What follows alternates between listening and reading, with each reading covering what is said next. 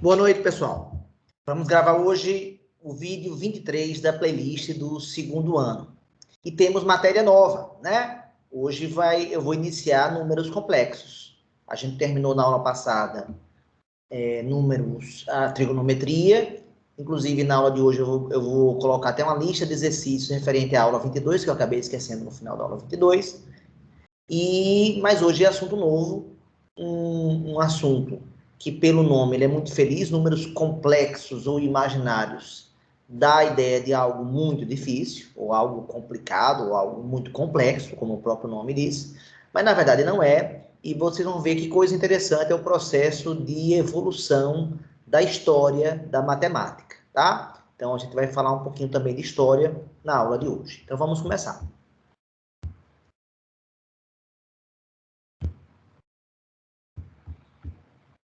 Pronto, aqui estamos. E vamos lá iniciar a playlist do segundo ano. Então, vamos lá. Lembrando que, terminamos o bloco aqui, esse primeiro bloco de 6 vídeos, matriz, determinantes e sistemas lineares. Depois, esse bloco aqui com 16 vídeos, que é a trigonometria, 16 vídeos. Mas com ligação, por exemplo, né, com a trigonometria euclidiana, né, a parte de triângulos, etc. E hoje a gente começa a parte de números complexos. A gente vai ter mais coisas a listar aqui, tá certo? A matéria do segundo ano eu vou acrescentando aos poucos, né? Mas hoje iniciamos, eu penso a princípio, dois vídeos, mas talvez possa se tornar 3. Vai depender aí do andar desse primeiro vídeo aqui. Então, vamos lá. Aqui, conforme eu prometi, aqui, para quem quiser, né, tirar um print aqui dessa tela, para fazer os exercícios a respeito das funções trigonométricas inversas, o arco secante, arco cosseno, arco seno, ó, né? Achar a lei da função inversa e assim por diante, tá certo? Então, tá proposto aí para vocês. Pronto. Então, essa aula de hoje vai tratar de números que, quando apareceram até hoje nas nossas contas, a gente dizia que esses números não existiam. Por exemplo, a raiz quadrada de menos 100. Toda vez que eu colocava uma raiz aqui com índice par, né? No caso, raiz quadrada, e um radicando aqui negativo, a gente dizia, não existe número real que satisfaça esse resultado. Por quê? De fato, um número real, ou ele é positivo, ou ele é negativo. E a gente aprendeu que raiz quadrada é achar um número que, multiplicado por ele mesmo, dê o resultado que está aqui dentro. Bem, se esse número for positivo, positivo vezes positivo vai dar positivo, não vai dar negativo. Então, não pode ser positivo o resultado. Agora, se eu disser que é negativo, então negativo vezes negativo, a gente sabe que pela regra de sinais também dá positivo. Ou seja, também não chega em menos 100. Então, a gente até esse momento dizia que esse número não existia. A partir da aula de hoje, a gente vai dizer que esse resultado tem solução sim, e é um número complexo ou imaginário, tá certo? Pronto, então, apresentada aí quem são, né, onde aparecem esses números ditos estranhos, né, são as raízes quadradas, por exemplo, de números negativos. Esses números, então, serão os números complexos, que é o tema da nossa aula de hoje. Bem, na verdade, a matemática trabalha com, quer dizer, já se depara com os números imaginários ou complexos há muito tempo. No século XIV, esse matemático aqui, ele é o primeiro matemático a se deparar com raízes quadradas negativas, e apesar dele achar estranho e achar que não era número, ele continuou a fazer contas com esse número. E chegou a algumas conclusões que, no final, determinadas contas que você fazia com eles, você podia fazer com que essa coisa estranha, que era a raiz quadrada do número negativo, desaparecesse.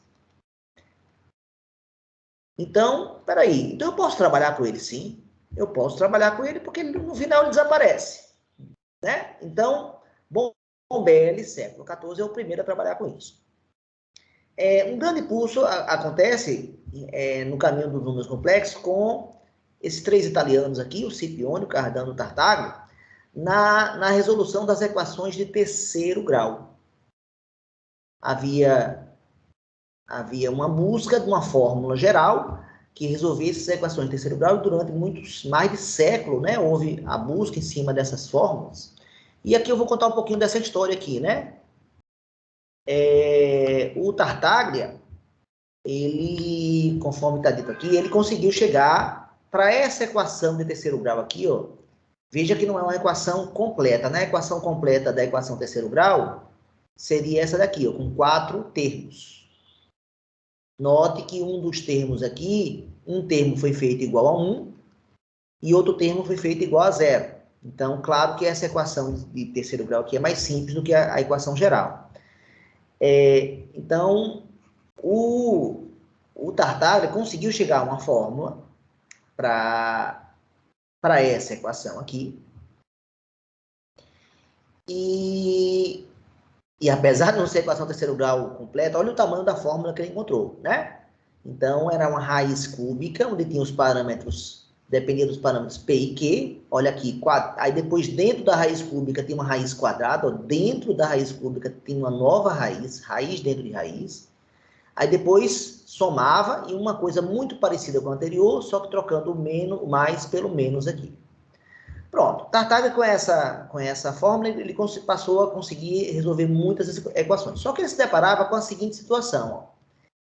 Vamos dar um exemplo aqui, ó. Se o P for menos 15 e o Q for menos 4, é uma equação de terceiro grau, né, igual a 0. E ele sabia que essa equação tinha 3 soluções, porque ele conseguia fatorar, se multiplicasse esse vezes esse, faça a distributiva, que você vai ver que vai obter isso aqui. Como o produto de dois números dá 0, aí você iguala esse aqui a 0, x menos 4 a 0, aí encontra essa raiz.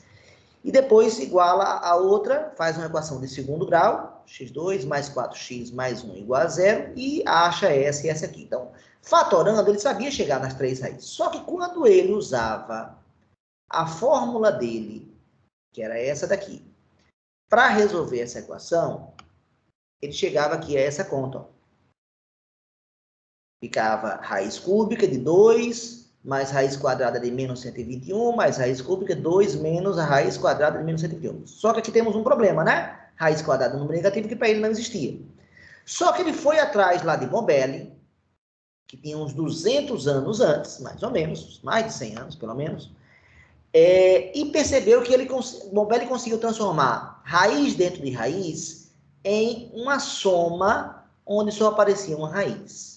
Aí ele fez o truque algébrico que Bombelli fez e conseguiu, olha aqui, transformar isso nisso aqui, transformou isso nisso aqui, e quando somava isso aqui, olha, esse termo mais raiz de menos 1 e menos raiz de menos 1 cancelava, ficava 2 mais 2, 4. Aquela história que eu falei que Bombelli conseguiu manipular aquele objeto matemático estranho, mas no final ele deixa de ser estranho. Então, é lícito usar, já que a gente se livra da confusão no final.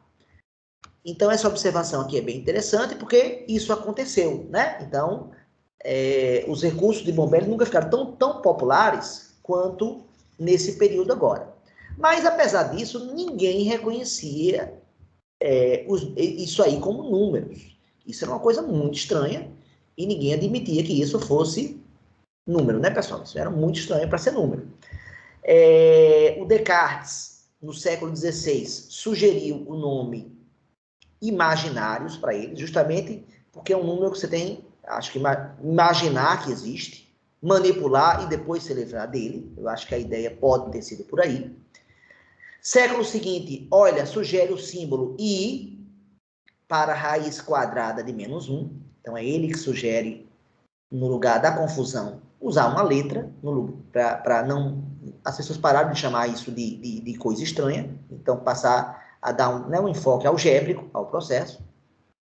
Mas, pessoal, só no século XIX, ou seja, eu estou falando de 500 anos depois que Bombelli começou a manipulá-los, e tem registro, não quer dizer que ele tenha sido o primeiro, porque pode ter, né, é o primeiro registro que temos hoje, podem ser achados outros, mas esse suíço e esse alemão, Argand e Gauss, e o Argand criou uma representação geométrica. E como a geometria, na época, ainda era a parte da matemática principal, na hora que você dava uma representação geométrica para aquele objeto que era estranho, ele deixa de ser estranho, ele passa a existir. E se ele passa a existir, ele é um número, então. Então, Gauss é que defende que os números imaginários, né, aquela coisa estranha, que era raiz quadrada no negativo, é número, sim. É número, sim. Não estou querendo que vocês, quando vocês forem à feira a próxima vez, vocês peçam 3i laranjas, porque o cara da feira não vai te entender. Mas, dentro do contexto matemático, onde aparece a radiciação de números negativos, isso é um número, sim, e ajuda a resolver muitos problemas. Então, só no século XIX é que eles são aceitos como números. E quem são eles? Vamos discutir agora quem são eles. Quem são essas raízes quadradas dos números negativos? Então, a partir de agora, como o Euler sugeriu, a gente vai chamar essa coisa estranha de unidade imaginária. E vamos simbolizar com a letra I. Então, quando eu perguntar a partir de agora quanto é a raiz quadrada de menos 4, vocês vão responder. Menos 4 é 4 vezes menos 1. E 4 vezes menos 1, a gente sabe que a raiz de um produto vira um produto de raízes. Então, eu posso transformar isso aqui em raiz de 4 e raiz de menos 1. Raiz de 4, nós sabemos o valor, que é 2. E a raiz de menos 1 a gente passa a chamar de I a partir de agora. Então, pessoal, quanto é que vale? Quanto é que vale a raiz quadrada de menos 4? 2i. Ou seja, se eu pegar 2i e multiplicar por ele mesmo, eu garanto que eu vou chegar em menos 4. Então, como é que isso é possível? Vamos lá. 2i vezes 2i. Vai dar 2 vezes 2 vezes i vezes i. 2 vezes 2 dá 4. I vezes i é i ao quadrado. Se i é a raiz de menos 1, i ao quadrado vai ser essa raiz elevada ao quadrado. Nós sabemos que a radiciação cancela a potenciação. Então, sobra menos 1. Menos 1 vezes 4, de fato, retorna para o menos 4. Então, a partir de agora, qualquer raiz quadrada ou de índice par de números negativos, você vai botar a resposta em função de i. Então, não é difícil perceber que raiz quadrada de menos 9 vai ser 3i, né, pessoal? A raiz quadrada, a raiz quadrada de menos 25 vai ser menos 5i. Aqui uma conta, uma expressão numérica, né? Menos raiz quadrada de menos 36 vai dar menos 6i, somado com raiz quadrada de menos 49, 7i. Ou seja, raiz dentro do módulo a gente transforma na unidade imaginária. Menos 6i mais 7i daí. Pronto. Então, a partir de agora, raízes quadradas negativas não assustarão a gente. E aí vem a informação agora que nós temos um conjunto. A gente até então, o maior conjunto possível que existia era a união. Era a união dos racionais, que por sua vez continham os inteiros, que por sua vez continham os naturais. Era a união dos racionais com os irracionais. Essa união produzia os números reais. Agora a gente aprende que tem números fora daqui, que são os números complexos ou imaginários. O que leva a concluir, então, que todo número real está contido dentro dos números imaginários ou complexos. Eu vou dar um exemplo logo em seguida, que vocês vão entender melhor essa minha afirmação, tá? Vamos agora definir formalmente um número complexo. Então, ele vai ser representado pela letra Z a partir de agora, tá? gente, em geral, usa a letra Z. E a forma genérica, que a gente chama de forma algébrica do número complexo, é A mais BI, onde A é a parte real e B é a parte imaginária. E o Argan propôs, então, que a gente representasse ele, botasse a parte real aqui, no eixo horizontal, no plano cartesiano, né? Usando o plano cartesiano, e colocasse a parte imaginária B no eixo vertical. Então, quando você tem um número complexo aqui, Z, a abscissa, né, que seria um plano, o X é o valor do A, e a ordenada é o valor do B. Então, o número complexo vai ser escrito assim, A mais BI, tá certo? E aí eu vou dar exemplos práticos de como fazer isso. Então, vamos lá. O número complexo, o Z1, ó. 2 mais 4i. Como é que eu represento aqui? 2 está aqui, 4 está aqui. Eu faço como qualquer plano cartesiano, uso as linhas de chamada. Esse ponto aqui, pessoal, é o Z1.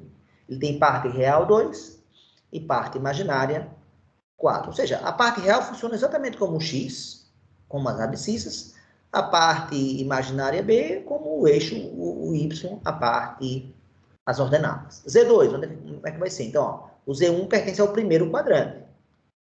Já o Z2 está onde? Ó? O Z, a parte real é menos 4 e a parte imaginária é 1, pessoal. Acabo de encontrar o Z2 e o Z2 está no segundo quadrante do plano cartesiano. Z3, parte real menos 1, parte imaginária menos 5. E com isso temos o terceiro exemplo de número complexo representado no plano de Argan-Gauss. Está aqui ele representado. Terceiro quadrante, ele está. Então, o primeiro quadrante, a parte real é positiva e a parte imaginária também. Segundo quadrante, a parte real é negativa e a parte imaginária é positiva. Terceiro quadrante, os dois são negativos.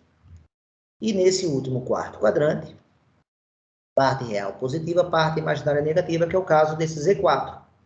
Eu tenho 3 aqui na parte real e tenho menos 3 aqui na parte imaginária. Esse é o Z4. Z5 agora é menos 2i. Então, ó, a parte real aqui, esse número é como se eu tivesse 0 menos 2i. Então, a parte real vale 0. Então, que ponto é esse? É esse ponto aqui, ó. Menos 2i. Então, esse é o Z5. Esse número, por ele pertencer ao eixo vertical, ele é chamado de imaginário puro. Por que ganha esse nome? Imaginário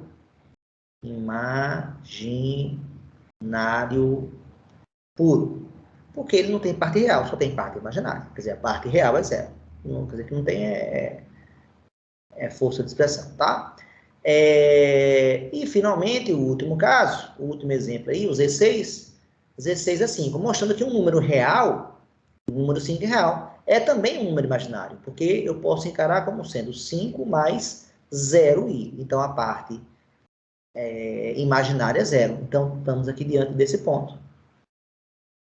Então, os reais agora são representados. Então, a reta real que a gente conhecia, que a gente já conhecia, a reta real que a gente já conhecia, então ela continua a existir. Essa reta aqui, ó, é o eixo real, continua a ser. E aqui seria o eixo imaginário, tá bom? Assim pensando. Outra definição que a gente vai criar, que a gente vai precisar logo mais adiante, é que o conjugado de um número complexo é só trocar o sinal da parte imaginária. Então, por exemplo, e a gente usa um símbolo que é uma barrinha em cima dele. Então, por exemplo, se eu pegar o Z3, e quiser o conjugado do Z3, o que é que eu faço? Eu pego a parte real e repito, e pego a parte imaginária, que era o menos 3, eu troco para o simétrico, que é mais 3. Então, esse cara daqui é o conjugado desse número aqui. Então, esse é conjugado desse, e esse, e vice-versa, tá certo? Então, essa definição eu vou precisar mais adiante. Pronto, mostrei como se representa o plano de Argand-Gauss. A partir de agora, as equações de segundo grau passam a ter, conforme está escrito aí, a partir de agora, sempre possuirão duas soluções, sejam elas complexas ou não, diferentes ou não. E outra coisa curiosa é, se forem complexas, se for complexa, na hora que você achar a primeira raiz, a segunda vai ser a conjugada. Então, aparece o conjugado aqui, já nas raízes de números complexos. Ou seja, se você pegar aqui a forma geral do número complexo, ax2 mais bx mais c igual a 0, você pode fatorar isso aqui. Então, se você fizer a distributiva dessa expressão aqui, desse termo de grau 1, com esse termo de grau 1, você vai dar origem a esse cara daqui. E esse R1 e esse R2 que eu criei aqui na fatoração, nada mais são do que as raízes, as soluções. Agora, eu afirmo, se R1 for complexo, o R2 vai ser o seu conjugado. Sempre. Então, vamos dar um exemplo agora, numa equação de segundo grau, que antes você dizia que não tinha solução, e a partir de agora você vai dizer que tem solução sim. Como é que é? O A, quem é o A, quem é o B, quem é o C? O A é 1, o B é menos 6, o C é 10. Aí vamos para a fórmula do delta, que é B ao quadrado, menos 4AC. Então, fica menos 6 ao quadrado, menos 4, vezes A, que é 1, vezes C, que é 10. Menos 6 ao quadrado dá 36.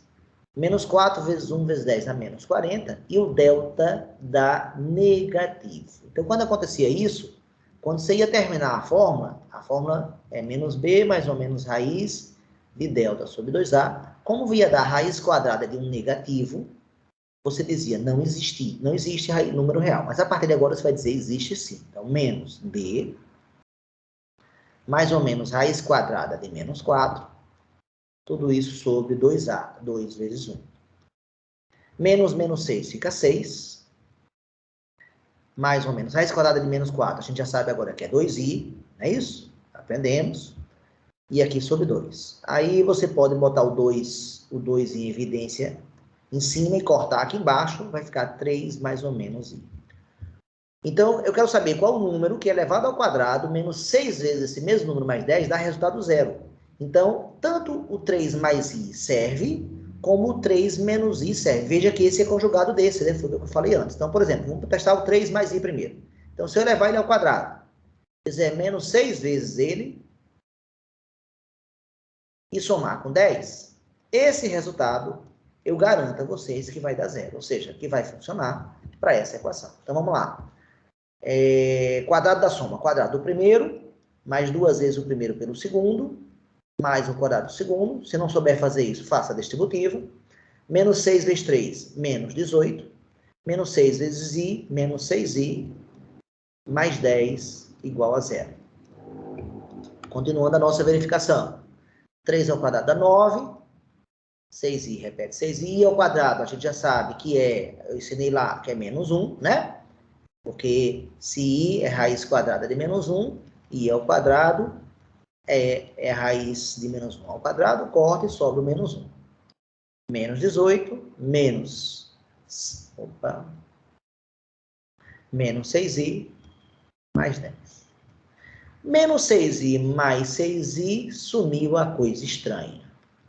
9 menos 1 dá 8. Vai ficar 8. Menos 18 mais 10 dá menos 8. Essa 8 menos 8 dá 0, provando que esse número funcionou. Teste agora o 3 menos i, que é o conjugado. Vocês vão ver que só vai mudar aqui esse sinal e esse. Vai mudar esse sinal e esse. Então, aqui vai ficar menos 6i e aqui vai ficar mais 6i e vai continuar cortando do mesmo jeito. Então, de fato, funciona. Então, a partir de agora, conjunto solução dessa. Volta lá para a equação, para todo mundo visualizar.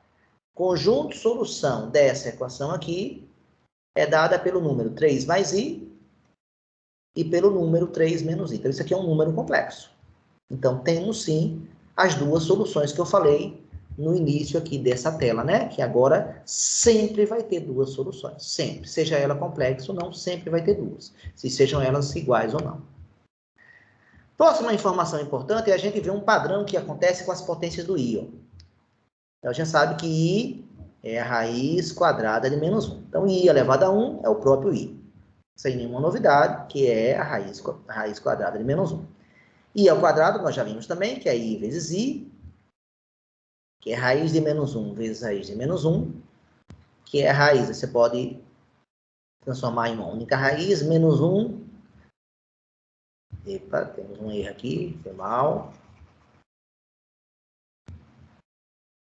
Essa propriedade que eu acabo de tentar usar, ela na verdade só vale para números reais, então vamos com calma. Então é melhor escrever raiz de menos 1 ao quadrado, corta e sobra o menos 1.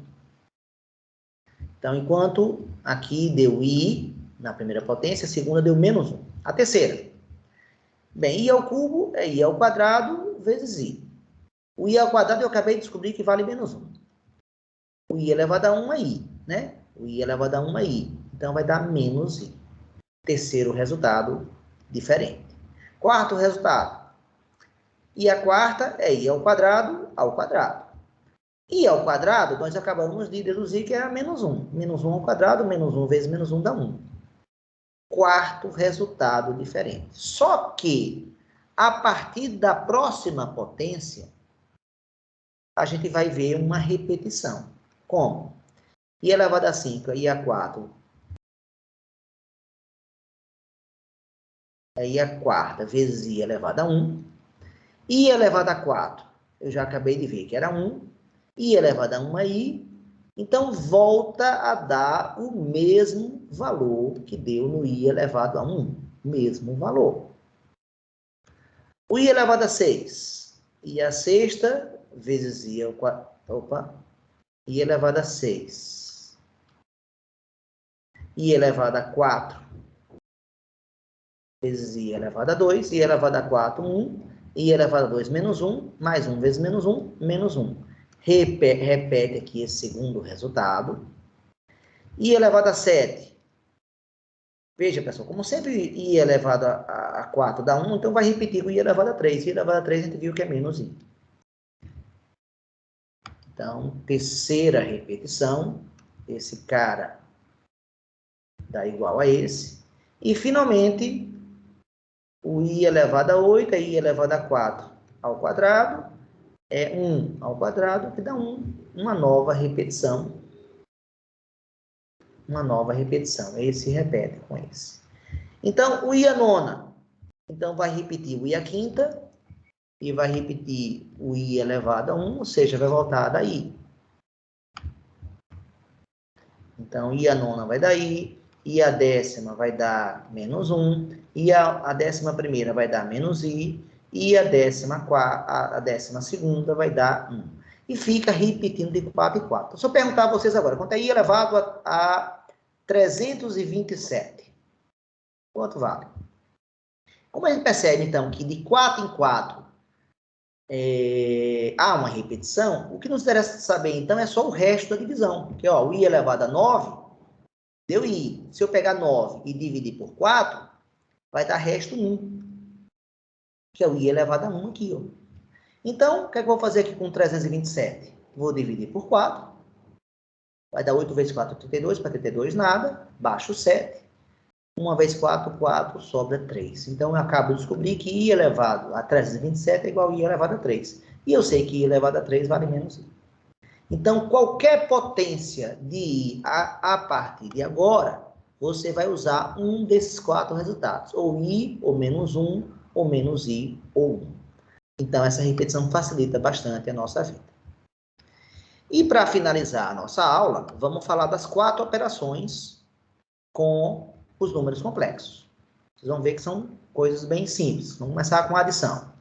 A adição consiste em somar a parte real com a parte real e a parte imaginária com a parte imaginária. Ou seja, Z1 mais Z2 vai ser, quanto é que vale menos 2 somado com menos 5? Vai dar menos 3. E quanto é que vale 3 somado com 1? Vai dar 4i. Então, bem simples. Somar parte real com parte real, parte imaginária com parte imaginária. Essa regra bem simples vale para as duas primeiras operações. Então, vamos lá fazer agora a subtração. Como é que subtraz esse menos esse? Eu faço 2 menos 5. 2 menos 5 é 2 mais 5. E faço 3 menos 1. Então, a resposta é 7 mais 2i. Então, adição e subtração... Opa, só que eu escrevi no lugar errado, né, pessoal? Desculpa, foi mal. Eu escrevi no lugar da multiplicação e era da subtração. Foi mal. Beleza. Agora, a multiplicação não basta multiplicar a parte real por parte real, parte imaginária. Por quê? Quando eu multiplicar esses dois números, 2 mais 3i por menos 5 mais i, fica bem claro que a gente tem que fazer a distributiva, né, pessoal? Como a gente faria com outros números. Então, como é que fica? Fazendo distributiva. 2 vezes menos 5 dá menos 10. 2 vezes i vai dar 2i. 2i. Menos 3i vezes... Desculpa, 3i vezes menos 5 dá menos 15i. E, finalmente, 3i vezes i dá 3i ao quadrado. Pronto, agora é só fazer conta. A gente sabe que i ao quadrado vale menos 1. Então, esse cara todo aqui vezes 3 vai dar menos 3. Então, menos 10 com menos 3 vai dar menos 13. E 2i com menos 15i vai dar menos 13i. Essa é o resultado da multiplicação de dois números complexos, ou seja, é um novo número complexo. A parte real dele é menos 13 e a parte imaginária dele é menos 13. Para terminar o conjunto de 4 operações, agora vem a divisão. A divisão é que dá um pouquinho mais de trabalho, porque dividir Z1 por Z2 é dividir 2 mais 3i por menos 5 mais i. E como é que divide, professor? Na verdade, a gente vai usar um truque. A gente, na verdade, vai usar multiplicação e vai usar um truque que é o seguinte. A gente vai multiplicar em cima e embaixo pelo conjugado do denominador. Foi por isso que eu apresentei o conceito de conjugado anteriormente. Ou seja, o que é o conjugado? É só trocar o sinal da parte imaginária. Então, eu repito, então, repito a parte real, é o menos 5. Agora, a parte imaginária, eu troco o sinal, menos i. Para não alterar o resultado, eu multiplico em cima e embaixo. Qualquer fração, quando eu multiplico em cima e embaixo pelo mesmo número, eu não modifico ela. Pronto. Feito isso, agora é só fazer conta. Aí veja que coisa legal vai acontecer quando você multiplica um número. Quando você multiplica um número pelo seu conjugado. Olha que interessante vai acontecer aqui. Aquilo que eu falei que aconteceu com o Mobile. A coisa estranha some. Ou seja, fazendo distribuir aqui, menos 5 vezes menos 5 vai dar 25. Menos 5 vezes menos i vai dar mais 5i. Esse vezes esse, né, pessoal? Já fiz esse vezes esse. Agora, esse vezes esse dá menos 5i. E esse vezes esse dá menos i ao quadrado. Ou seja, isso aqui é o produto da soma pela diferença. Então, na verdade, vai eliminar esse termo do meio. E vai ficar quadrado do primeiro menos quadrado do segundo. Que é o formato, né, o produto notável. A mais b, que multiplica a menos b, sempre vai dar a ao quadrado menos b ao quadrado, porque esse vezes esse cancela com esse vezes esse. Quando há coincidência do primeiro e do segundo números. Em cima é só fazer a distributiva. Vamos lá. 2 vezes menos 5, menos 10. 2 vezes menos i, menos 2i. 3i vezes menos 5, menos 15i. 3i vezes menos i, menos 3i ao quadrado. Agora veja o que vai acontecer.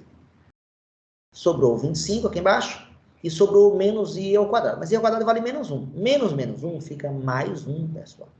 E com isso eu consegui sumir a parte imaginária do denominador. Agora no numerador eu vou repetir aqui, o menos 10, menos 2i com menos 15i vai dar menos 17i. E no lugar do i ao quadrado eu boto menos 1 vezes menos 3 fica mais 3. Pronto, agora menos 10 mais 3 dá menos 7, menos 17i, tudo isso sobre 25 mais 1, 26. Então, ficou o seguinte número complexo, menos 7 sobre 26 é a parte real, e menos 17 sobre 26 é a parte imaginária, ou seja, esse é o A, esse é o B, então eu obtive um número complexo, então a divisão foi feita. Então, em poucas palavras, como é que se divide dois números complexos? Você multiplica o numerador e o denominador pelo conjugado do denominador. Sempre que você fizer isso, a multiplicação de um número pelo seu conjugado sempre vai dar um número real aqui embaixo. E aí você transforma claramente, né? Ao dividir o numerador por esse número real, você vai ter claramente a parte real e a parte imaginária do número obtido da divisão. Então é isso, pessoal. Completou o objetivo nosso. Eu só não selecionei aqui exercícios, aí você tem uma quantidade imensa de exercícios. Eu vou abrir aqui a minha apostila para vocês darem uma olhadinha, tá? Pronto, tá abrindo agora. Nós temos aqui no final dela um bloco bom de exercícios. Deixa eu descer aqui com ela. Pronto, ó, nós temos aqui uma lista 1, ó. Pronto, vocês podem tirar um print dessa tela aqui, ó. Essa lista 1 tem, ó, 9, é um total de 14 exercícios. Olha aqui os 14, tá? Depois vem questões de vestibular. Olha, tire um print da tela aí. São mais 8 exercícios. Aí depois vem uma lista 2, que na verdade é uma lista 3, que já teve exercício vestibular, tá certo? E aí vem mais 25 exercícios. Pronto, tirei print da tela. E no final tem o gabarito, só não está completo o gabarito da lista 2, mas o da lista 1 e da de questões vestibulares, o gabarito está completo. Então é isso, pessoal. Sim, nesse exercício já inclui a segunda parte do número complexo, tá? Que eu vou falar só na próxima aula, que é a parte da forma trigonométrica. Já tem exercício também da forma trigonométrica aí nessa lista. Essa lista já é a lista completa. Então, objetivo cumprido. Conseguimos apresentar esses supostos números estranhos, mas que na prática não implicam em dificuldade nenhuma, desde que você saiba se livrar da raiz do número negativo na hora correta, né? Você pode se livrar dele. Então, uma coisa estranha aparece, mas você manipula, faz operações matemáticas, e no final a coisa estranha some. Essa é a essência do número imaginário, ou seja, você não usa o número imaginário como você usa o número natural. A aplicabilidade do número imaginário para o dia a dia é muito limitada, mas toda vez que aparecer raiz quadrada do número negativo, vai aparecer número complexo. Mas essa é uma operação crucial da matemática, então números complexos acabam se tornando um assunto crucial da matemática, e que muitas áreas de outras ciências, inclusive, utilizam os números complexos. Espero ter sido claro na exposição. O que fica faltando agora, talvez seja só mais uma aula de números complexos, é a forma trigonométrica. E com a forma trigonométrica, vocês vão ver que a gente vai poder fazer multiplicação e divisão muito mais rapidamente. E aí, fazendo multiplicação e divisão muito mais rapidamente, você vai poder fazer potenciação e radiciação rapidamente também, já que elas são operações que estão ligadas à multiplicação, tá? Essa é a essência, então, da nossa próxima aula, que vai ser a aula de número 24. Aguardo vocês até lá, ok? Grande abraço e vamos encerrar a aula.